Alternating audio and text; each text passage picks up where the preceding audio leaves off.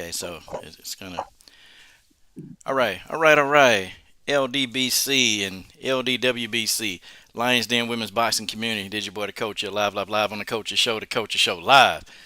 Man, I'm excited on this Saturday afternoon. Yeah, Saturday afternoon. I'm sorry. I'm right here with the undisputed welterweight champion of the world, Miss Jessica Caskilla, Mccaskill. How you doing, Jessica, on this great Saturday? I'm doing well, thank you. Okay, okay. Well, listen, I know you got to get to training, so what this is it's a live stream format, and people that actually want to ask you questions, they'll be able to ask you in live stream format. So here I'll be looking at the questions. They come right in, and guess what? You know, your fans, of course, your fans. That's what's up. So Jessica, I mean, what's life been like now? Since you became the undisputed champion and you defeat, undefeated Cecilia Breakers. I'd say it's been a little busier, a lot of interviews, a lot of community outreach, trying to make sure the fans get a lot of the feel and the vibe and the connection of seeing the belts and being with the team because this last fight was a no fan show. Nobody could be there except for anybody that was actually working the show or the fighters. So everybody was connecting themselves but long distance. So we make it our goal to be in person as much as we can and bring a lot of what we've done and what we've accomplished to the community. Now, this was your first fight ever with no fans, right? Yes. Wow. Okay. So, what was that like? For me, it was fine. I didn't mind it at all. It kind of kept the whole situation a little bit more mellow. The setup was really nice. They had a very extravagant in the middle of the city, in the middle of cross streets, kind of big, exciting setup. And so when you take away the fans, it just kind of like mellows that out a little bit more, and it just kind of helped me be able to focus. So I liked it myself. I felt like I had a lot of time to myself. I didn't have to rush to be anywhere. All of the interviews were via Zoom in my hotel room. There was a lot of limited contact, so that was kind of weird. I couldn't even see my coach for a couple of days because we had to go through multiple COVID testings, and so I still got my workout in every day, but it was like a very restricted amount of people. So it was just very it was comfortable for me. Okay, man. That's hey, that's what's up. I mean, so speaking of Coach Ramos, how did you meet him? I literally found him on Instagram. I am Oh, not a native of Chicago, yeah. and I had been looking for a boxing gym for probably about 9 months. I moved here in December of 2012 and started my journey of looking for a gym. I had no idea it was going to be a journey, but in between walking into places that happened to be on my run, calling people, emailing people, and there were just so many people that didn't contact me back, or they would say, this is an MMA gym, not a boxing gym, or we don't actually have any contact here. And of course, you got to be able to punch somebody in the face at least here and there. So a lot of those places just didn't work out, and I decided to give Instagram a try. It was fairly new at the time, and so I figured out the hashtag system, and that's how I could find different people or fights or things. And I was looking up Chicago fighters, Chicago training, Chicago female fights, and I found a poster in September of 2013 where he was going to throw an all-female show in November of that year. And I said, I have to be on the show. Nobody had ever done anything like that.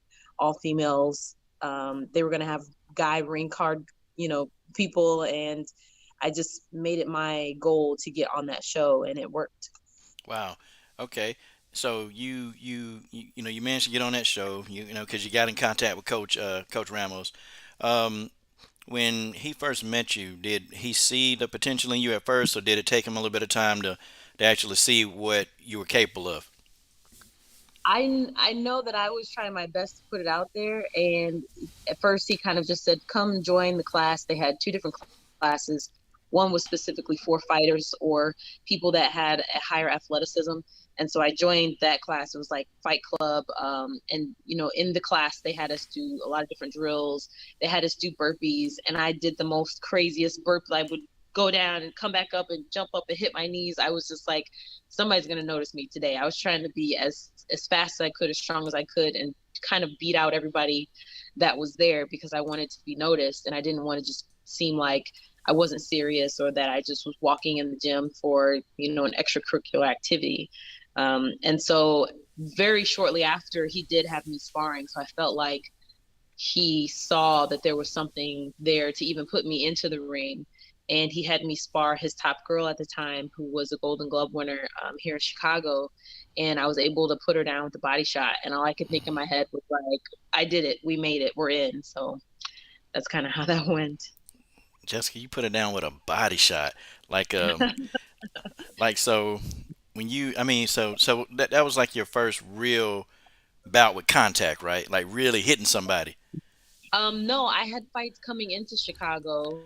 I just wanted to come in respectfully. I didn't want to walk into anybody's gym and say like I'm a fighter and I have fights and expect for them to really respect me for what I just told them. Hey, I have fights and I'm looking to get on your card. I've been out of practice, but I would need someone to corner me. But I had a handful of fights in St. Louis and a couple of fights at the national level in Colorado. Mm, So I didn't come in as, a newbie, but I also didn't want to bite off more than I can chew. I still needed coaching and I needed training. wow. Wow. Well, I mean, you definitely been getting good coaching because I've watched probably about all your fights, and I've watched you and Coach Ramos in the corner. I watch like what he's telling you. How he just kind of keeps you like mentally, prepared to go back out there and do battle again. Hmm. And it's like you guys, y'all have a different kind of relationship. It's almost like y'all guys, you actually know what he wants, and he knows exactly how you think. Yeah, for sure. There's a lot of times when we don't have to have actual communication. We can be in the same room, like walk into a room together, and then we kind of know what's going on and where things are, and or see each other across the room and like have this nonverbal communication. And that just takes a lot of time to build up with your coach, and that takes effort from both sides, and it takes listening and understanding. And there would be times where I can remember he would, like, some of the other workers in the gym would like try to sneak out, and then I'd just be like, why are we sneaking out? And I would sit and listen to him talk while he mopped the whole gym. It would just be me and him. So I felt like I had, something to learn, and I felt like he had something to teach. Okay, so that was like your Mr. Miyagi then. Since Yeah. saying Mr. Miyagi, okay. Hey, I got you. I got you. Hey, I get it. I get it. It's definitely good to have a coach that believe in you in your corner. I want to talk about some of your previous fights. I just because I'm a fight person. I watch fights all the time. Um, I want to talk about one of your first fights you had against Natalie Brown, and I saw you came in there with the headband, and I'm sitting here like, dang, somebody finna take an ass whooping. You got a headband on, and you just come up to the ring calmly, and next thing I know, you go in there and you completely dominate this fight. Um, what were you looking for a stoppage in that fight? I think you're always looking for the opportunity for a stoppage. You obviously don't want to gas yourself out trying to get it if it's not there. But for me, that fight, that was my first 8 rounder, and fighting Natalie Brown, who had a decent record, of course, at the time. And she had the advantage of being a fighter who had multiple fights at 8 rounds, maybe more. And that was actually the first fight where I watched tape on a fighter, and she would do these things. She would do like this triple jab on tape, and it really frustrated me because I was looking for it and it wasn't coming. And then I felt myself doing it, and I was like, I'm not watching tape anymore. Like, it was never my thing. It's not my thing now. So I just wanted to really show what we've been working on. And every fight, we didn't get any bumps, and I never had a tune-up fight. It was all, wars, and where I was the underdog. And so I just wanted to continue to show, especially in Chicago, show the fans that they really do have something to be proud of. You've got a style, Jessica, and your style is rough.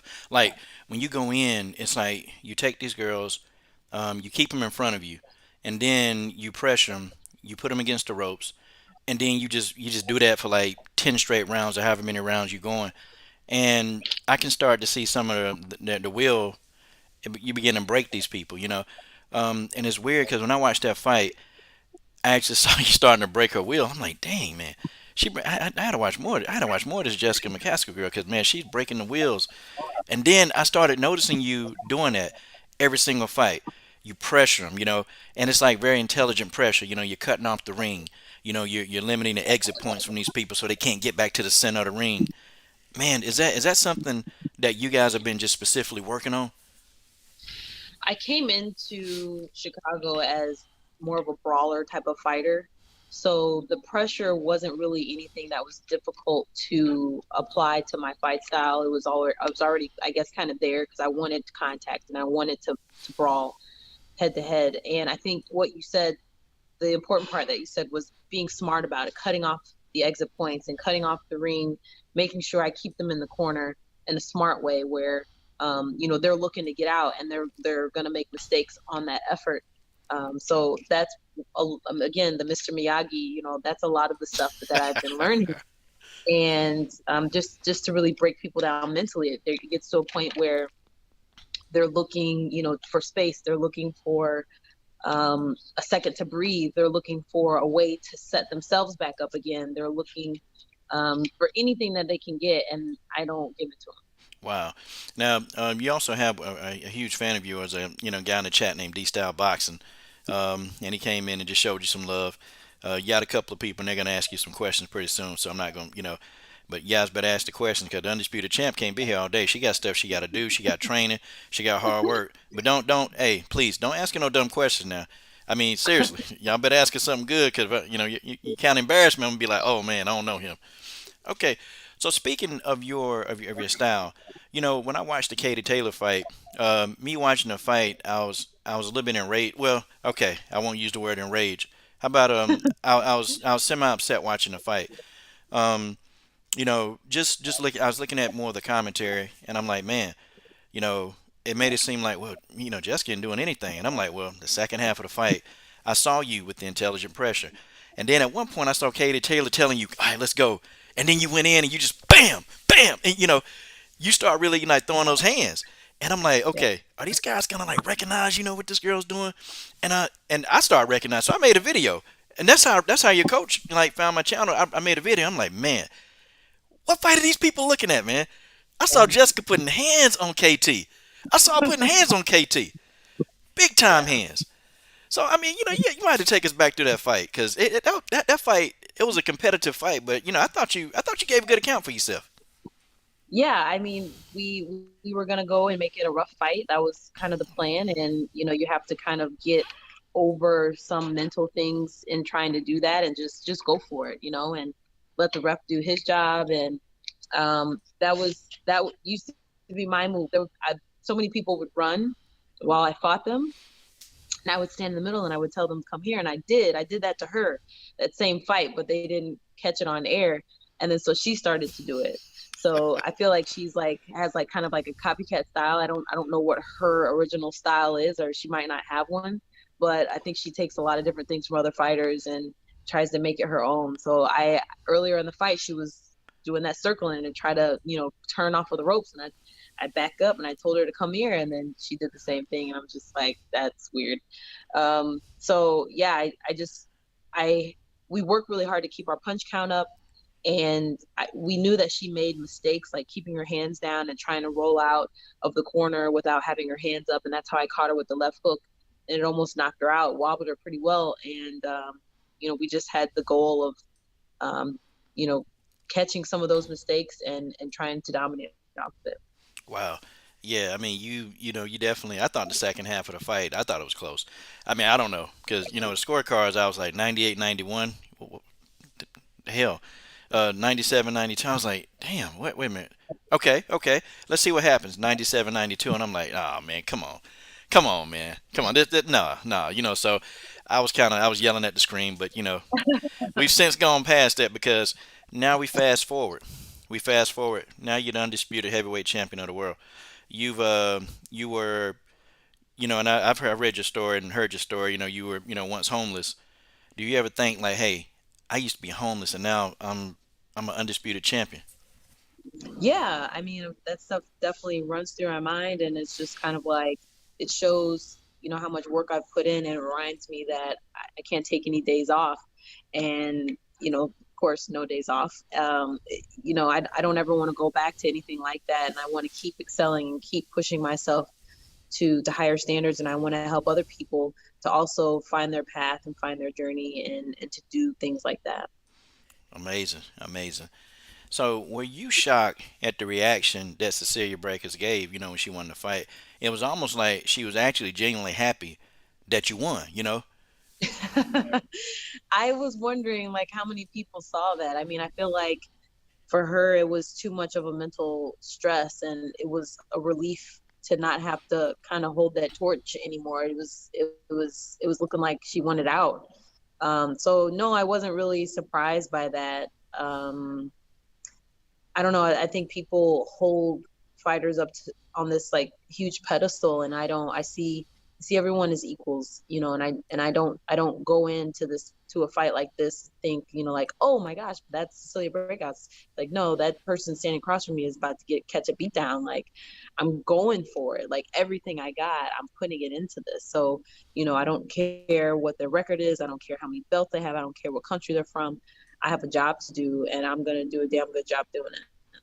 Well, a damn good job. A damn good job you do. Okay, you did a good job in that fight. You Thank you you. came in with a game plan, and I was shocked at how composed you were. You kept your composure. The whole fight. Even when it seemed like she landed a couple of shots, you came back. I thought that you countered well. I thought that even you took away what she did well. I guess in hindsight of looking at that, what do you think that you took away from that fight? What was my takeaway from that fight in general? Yes, ma'am.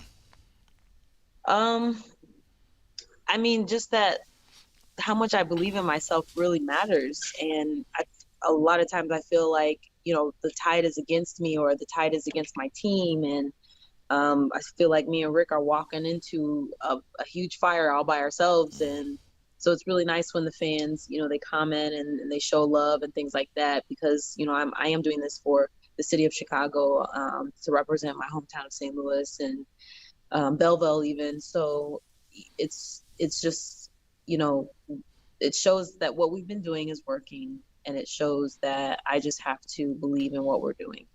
Okay, and Jessica, I'm sorry, I've been I'm thinking you have a fan question. Okay, this question is from D Style Boxing. Now you know what that name. You know that guy knows a lot about boxing. Okay, um, he says Cecilia will be working on a game plan and make adjustments. What does Jessica think? Well, he says, what do you think, if anything, Cecilia would do differently in a rematch? I think she might go back to her original style, which going into the last fight, we were ready for two different types of fighters. And we got the fighter that, wanted to challenge my style and come straight forward. So she's either going to try to do that again and try to, kind of muscle up. She may be overworking herself in the gym, trying to, build strength and things like that and actually slow herself down. Or she'll come in and try to do the same thing that she normally does, which is like a jab move, roll out kind of a thing, which we've been working to counteract that as well. Okay. All right. So D Style, she answered that question perfectly without giving away her game plan. Now, come on, now she can't give out a game plan because you can't have people trying to watch that. All the rage George Page. Okay, he asked you. He said, "Hey, what was the feeling taking Cecilia's O?" It's I want to take everybody's though. There's some more people out there that got O's, and I'm trying to take them. Put them on a chain or something. I don't know. It was exactly what we wanted to do, and we said it was possible, and to be able to execute it and show the world that it is possible, and that we have the key. That's what we wanted to do. Oh man, for real. So okay, so now as champ, are you finding that more people they they're calling you out, or do you feel like people are still don't want to take the fights with you? A little bit of both. I mean, I'll get called out in a group of bulk names, and it's kind of just like that's not really doesn't really mean anything. Mm. And then there's, of course, we've been getting called out by everybody for a long time. We used to be the people that would have to call other people out and try to get those fights. And those same people who said no then are trying to come back now and call us out. And it's all about, having something to offer. If you're trying to call me out and you don't even have a belt, if you've never gone 10 rounds before, if you have zero accolades and you're not even in the gym right now, I mean, that's the kind of stuff that we deal with. And it's just like, you have to be smart about this. These are business moves. And if you're not ready to do business, then you shouldn't be calling anybody out. Well, they shouldn't be calling you out. They definitely hadn't had to go through what you had to go through.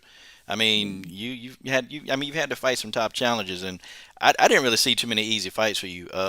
You had to hit the ground running. I mean that's partly because you definitely in your 30s. I guess by the time you really start getting your skill set together and being a potential like contender.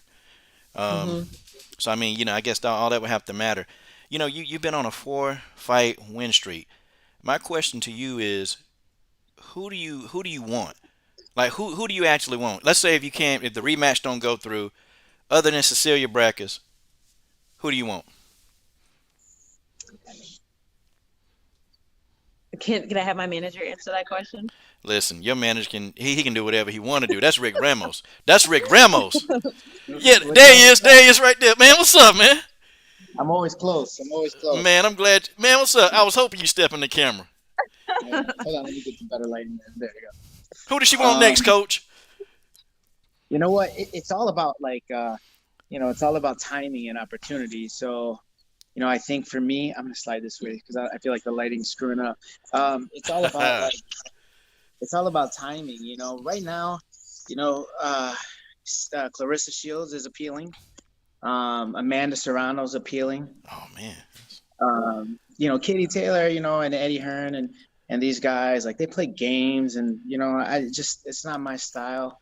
I Yeah. think obviously I'm open to that fight, but we have what everyone wants. So I think if someone the same reason like we came up with this plan to fight Cecilia, with the weight. I went to Eddie and I said, yo, we want the Cecilia fight. We want the weight 145. This is what we expect. This is what we want, and we got it. So they didn't have to do any work. All they had to do was send the contracts. So to answer your question, like Clarissa, Amanda, um, then maybe Katie, if I had to put them in order. I think we're open to any fight for big opportunity. We're looking to make history. Holly Holm, if she wants to come back, she can get some work. We're You're looking gonna have for to big. snag Holly out of that Jackson Winklejohn gym, man. I honestly, I don't think boxing for her, it won't do it. Because she's like Um, into these big money fights now. So yeah, and again, I mean, if she doesn't want to come and try to take a shot at you know, an undisputed. undisputed championship, then she definitely doesn't want to fight anymore. But I mean, there's no other big offer than that, right? So, Could you imagine, we treat Coach? yeah, that would be a great fight. Could you We imagine, wanted. Go ahead. I'm sorry. Coach? Could you imagine if Jessica go in there and flatline Holly Holm, man?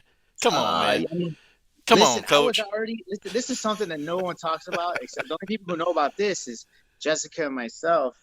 We had Ronda Rousey. Like that fight almost could have happened at some point. She made Ring Magazine and she was on the cover of Ring Magazine, and she had a boxing glove and an MMA glove, and she was just about to come over into boxing. And I told Jess, we're gonna get that fight. We're gonna knock out Ronda Rousey. She has no chin. And I was like all over like social media saying we're gonna knock her out. You could look up those hashtags. I think it was It's like Mccaskill Rousey or Rousey Mccaskill. yeah, Nah. yeah. I swear to God, in like 2016, we were already talking about that fight, and she was just about to come over to boxing, and she got knocked out by Holly. So I'm like, man, now I need another big name to catapult Jessica's career. And then I was already kind of like sniffing around Katie, and then Katie just got signed by Matchroom. So I was like, okay, I think Katie's the one we have to go after to get attention. And it's all about timing. Nobody wanted to fight Katie at the time, and we were the only ones looking to take the opportunity. And it was going to be a hard fight to win on the scorecards in London. So as long as we perform well, I told Jessica, if we don't get the decision, as long as we perform well, we'll fight again, and we're going to do really well. But we need the whole world to see this. So that's what we did, and it was all about timing. It was all, about, calling somebody out at the exact right time. and not we didn't even have crazy demands. I mean, Jess probably would have fought it for free. That's how big we wanted to do it. Dang. You know, we were just so invested into Seriously, doing Jess? something big. Yeah, there's a lot of times where he's like talking to me about different fights, and he's just like, no, we're not gonna do that. We're gonna do this. What we're gonna, talk about. And so I let him do his job, and I just like to fight. I like to fight, and he likes to make sure that I'm taken care of, and that I'm putting myself in the best business position, and that we're cultivating what the next generation is going to come into. I can't be taking $2 fights, and then the girl behind me, she has no way to live, because she's going to take maybe a $4 fight. It's still not enough money.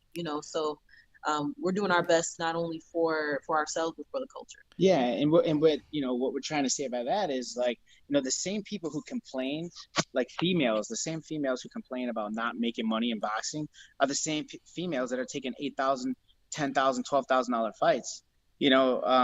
Jessica's a six-figure fighter. She Dang, does really Jessica. well. She does really well for herself, and I think it's all about the deal, and it's all about timing, and it's all about, like, sticking to your guns. I mean, if you're going to sit there and go on the internet, and I'm talking to the lady fighters out there, don't go on the internet and say that you guys want equal pay. Don't go on the internet and then say we deserve more money, but then take an $8,000 fight that's worth 100,000, or don't say you want to make 100,000 and you have no knockouts. You're 26-1 with two knockouts or whatever. I mean, those aren't the numbers that people want to see. Damn, Those Clarissa. are Yeah, so it's like it's got to make sense, and we understand the game, and I've done countless interviews about the pay structure, and I feel like maybe Eddie Hearn, myself, and maybe one other guy think the same, Mm. and everyone else is their money's off. I mean, it's just crazy. I mean, is Katie Taylor worth 100 million like Canelo's making? No. So equal pay is not the term that should be shouted. I think, if you give me a name, I'll tell you what they're worth, and any name, I'll tell you Oh, exactly okay. what I think they should make. Uh, Yeah. Carissa Shields. Okay, to fight who? Fight Jessica. Like, just Let's just say if her and Jessica fought. Clarissa Shields, because she's a two-time. Clarissa Shields should make anywhere from 350 to 500,000 to fight Jessica for an undisputed title, and Jessica should get that or more. Okay. About Amanda Serrano. Samantha Serrano, it's hard to say, because a lot of people will say she has a great following.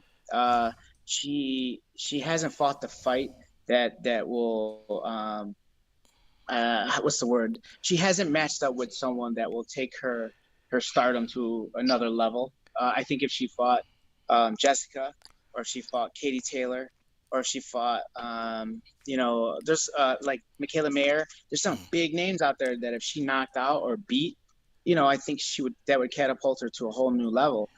She should be a six-figure fighter, and if she takes anything less, I think that's hurting the culture. That's how I feel. And you can't, like I said, you can't go on the internet complaining. And I'm not talking about Amanda, because Team Serrano and ourselves, we're pretty close. But you can't go on the internet and demand six-figure paydays, and then turn around and take a $8,000, $12,000, $15,000 payday. It just doesn't make sense. That And makes sense. Huh? yeah, I mean, there's other female fighters out there doing some goofy things, like selling their socks on the internet. It's just like, come on, man. Like, you want respect, and you're selling your dirty socks on the internet to some clowns. It's just, I mean, come on. And their Come feet on. probably You know what I'm smell saying? like piss or something. You just Right. their feet Listen, probably smell like listen, possum and piss. yeah. Well, here's the other thing too. It's like there's people, and she's a witness to this. Be like, hey, Jessica, wanna be in a music video?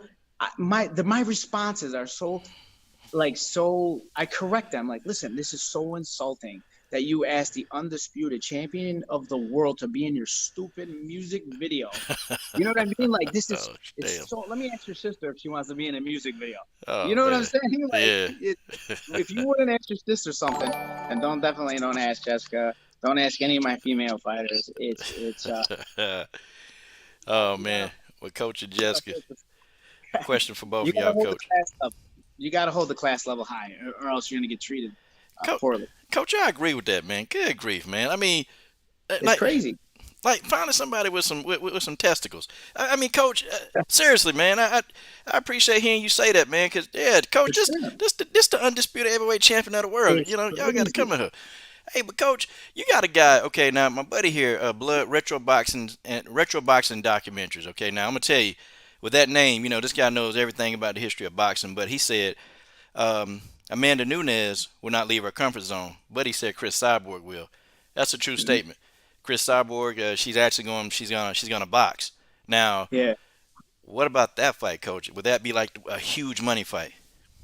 Would it be who? Jessica and Cyborg? Yeah, Jessica and Chris I Cyborg.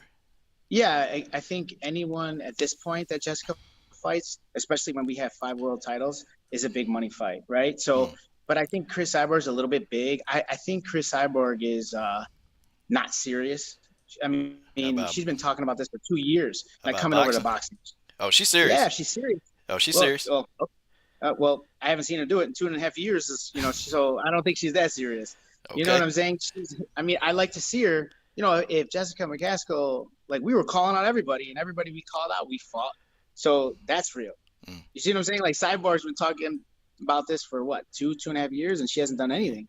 She hasn't fought mm, anybody. So it's like, she actually got launched out of the UFC. So she's yeah. got to raise her game. With her being with Bellator, I think, and not the UFC, Oh, she she'll be should at a give. box. Yeah, yeah. I mean, she'll definitely be able to. Mm, But what I'm saying is, like, I think her money drops not being with the UFC and being with Bellator. So if she came over to boxing, she's not going to get as much as she thought she would, and that's why I think she's not doing it. Or she's just trying to be in the mix and, trying to clout chase. I don't know. She's well, been talking about fighting Clarissa or fighting Cecilia. Well, how come no one's making these fights? yeah. She now Cecilia Brack is actually she initially she called out Chris Cyborg.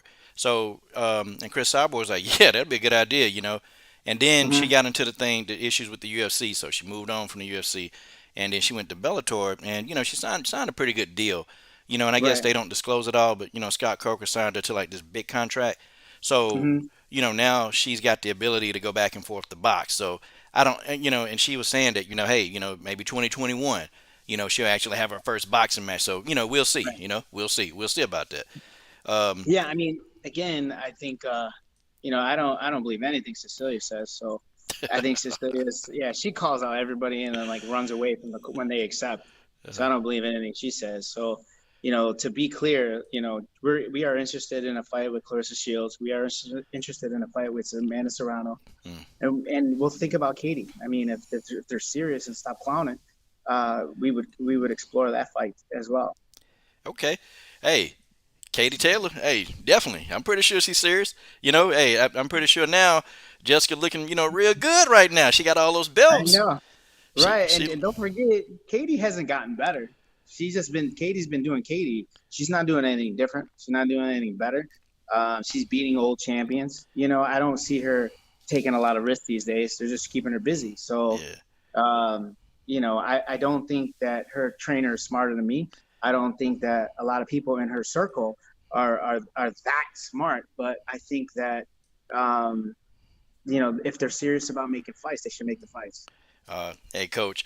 Now boy, you got some cyborg supporters here, man, coach. They coming for you, coach. That's all right. They coming for you, coach. Hey, Let them come. You know my, what? I tell you what, all you cyborg supporters, tag Cyborg to this, fucking retweet it to her page, whatever, so Cyborg can start talking shit too. oh, I Because I know how texted to to her. make a fight. Oh, So make sure you guys tag her on this, because whatever. I think Cyborg doesn't want to fight nobody in boxing. That's what I think. Because she'll get embarrassed. I will That's what I definitely. I'll text it to her. You got me on my do. word. I'll text it to her. Yeah, and she said doesn't Cyborg have a big name based on her work? Yeah, you know what? I agree. I think Chris does have a pretty big name, and it Okay, make for a then good then fight. she should stick to her word, right? Because it's been 2.5 years of talking, and she hasn't come over to the boxing world. The water's warm over here, so again, I have no problem giving out my phone number to whoever represents her, I and, know. and I call me. know. Okay, You know what I'm saying? Like it's it. Like my coach. number's all over the internet. Google me. Hey, You look, could. I look, know you could Google Cyborg, or you could Google me too. It's man. just I'm fine. So Coach what's Ramos up? and Jessica won't smoke. That's just what it is. They just won't smoke. Okay, they taking Yeah, I mean, fades. They we're taking fades begging from for it. everybody. We're begging for the smoke. They're just coming with these whack offers and these whack people. So come on, man. Let's All stop right. playing and make these big fights. Okay. And my final question, because Rick, 'cause I know y'all got to train, brother. I know y'all got to What's train. that? Hey, man, I got one for Jessica though. Got one for Jessica. Go ahead. All right. What are you gonna do differently? Okay. when you get back in there with Katie Taylor, because I see I'm a fortune teller. I believe that y'all two gonna meet up again. What are you gonna do different in this fight when you see her again? There's just such a big time gap from the first fight and now, and there's just a different level of skill that I've obtained and that I've been working on. And so again, it's just you can't really predict what kind of a fight you're going to get from the other person. So you have to be ready for everything, and we're going to be ready for whatever comes at us. I mean, my main goal is to make sure that I'm in the best shape of my life, and that everything that I want to execute is top notch. And that's the only thing I can really worry about. And then when it comes out in the ring, it comes out. God, hey, and she said when it's gonna come out, when it's gonna come out, and she's not giving away a game plan, y'all. Come on now, don't ask her that. Okay, well, Jessica, listen, I've kept you on here for about 35 minutes. I know you got stuff to do because you're a busy lady and you stay on the schedule. So, Coach, I want to thank you for making this. No problem. Coach, I really appreciate it, man. You No, no taking problem. time, man, to let me talk to your charge. Cause I know, as a manager and a coach, man, you got to be careful who you let your charges talk to. And Coach, I feel honored, man, that you picked me, man, that you let me do it, No, you know Coach. what? You know what? Honestly, I always, and this goes out to all the fans watching. I see every comment, I see every video. Sure do. I Google Jess, I YouTube Jess, and make sure that that people are talking about her the right way and representing her the right way. And I appreciate it. And I saw your video, it got my attention. I love the support, so I reached out to you and was like, yo, anytime you want to have Jess on, we're down. And that goes for anyone. We're not. I don't think that a lot of coaches, managers, and for sure the promoters don't tell the truth. So if you ever want the truth, hit me up. And my podcast is coming out soon. You can follow me on YouTube, Rick Ramos Boxing, I and I'm had gonna that. drop bombs like Rick Ramos promoters should box. be scared. Promoters should be scared. Fighters should be scared. My phone rings from fighters asking me about their contracts that are so bad that I can't even help them get out of it because they're so bad. I think as far as managers and trainers, I think you're going to see a lot more of me, and I think that once I get my platform to speak, and I think it's going to change the game, and I think that our interviews pre and post fight will be on my channel, and we're not going to do as many interviews with the people who that they're our promoters and don't support. So it's a two-way street, and that's how we're gonna go moving forward. And I'm tired of we're treated like the side piece, and I'm not gonna handle it anymore. We did this on our own with our own money, our own skills, our own Mm. thoughts. It was our idea to get the Katie fight, we got it. It was our idea to get the Celia fight, we got it. It was our idea to unify, we did. And the undisputed thing is just what do they say? Cherry on top. Cherry on top. But these guys, they didn't offer me this. This wasn't Eddie Hearn's idea. None of these were Eddie Hearn's idea, and I want to make that clear. Like, this was our idea. This was Jess and myself coming up with these ideas. They didn't come to me with these fights. I went to them to get these fights, and I got them. So, and again, for all the younger people watching, you can't make sure you come up with a good plan and a reasonable situation and scenario to bring to a promoter. Don't be like, yeah, I want to fight Floyd Mayweather, and no one knows who you are, and you got 32 followers on Instagram. You know what I'm saying? If you got 500,000 followers, you should be calling people out. And if you don't, you're crazy because you're sitting on cash. We're in a different world right now, and social media is huge. And all you young fighters, I can just tell you, build your social media. It's not a joke. It's real stuff, and you can turn those likes into cash. So do it. He said, Stop clowning. Look, man. Coach probably need to be charging y'all some of y'all fighters for this, man. I, He need to be, Listen, man. Come on, man. You giving it everybody, away? You I'm giving it away telling for you. free, man. I'm telling you, tune into my podcast. I got more free cash to give away. But I tell you what, line up because I'm giving all the cash away. Hey, Coach, I found the flyer, man. I'm gonna after this live stream. I'm gonna go ahead and post it up on my channel. The link to get to Rick Ramos, get to the boxing, the YouTube channel. Yeah, So thank yeah, you I'm very gonna much. be tuning in, Coach. I'm Appreciate gonna that. be tuning in. I Jessica, appreciate it. a pleasure. It's a pleasure, young lady. It's a pleasure to finally talk to you. But Jessica, one last thing for you and the coach. You and Coach. That's my name, Coach. Could y'all We give me got a drop? Could y'all give me a channel drop? But it's got to be both of y'all. Maybe y'all can complete each other's sentences. I mean, because y'all so damn close. I mean, like maybe somebody say, "Hey, This is Coach Shelton Harrison, or just who? Hey, just say whoever you are, and you watching Coach Shelton Harrison. You want to go? Oh, yeah.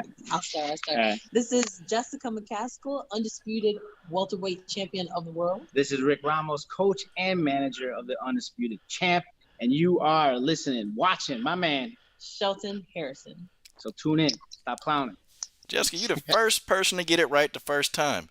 My God, my That's God. how we roll. We always get it right the first How time. y'all roll? Hey, thank you That's guys. right. Thank you. No problem. All right, y'all. Peace Have an out. awesome day.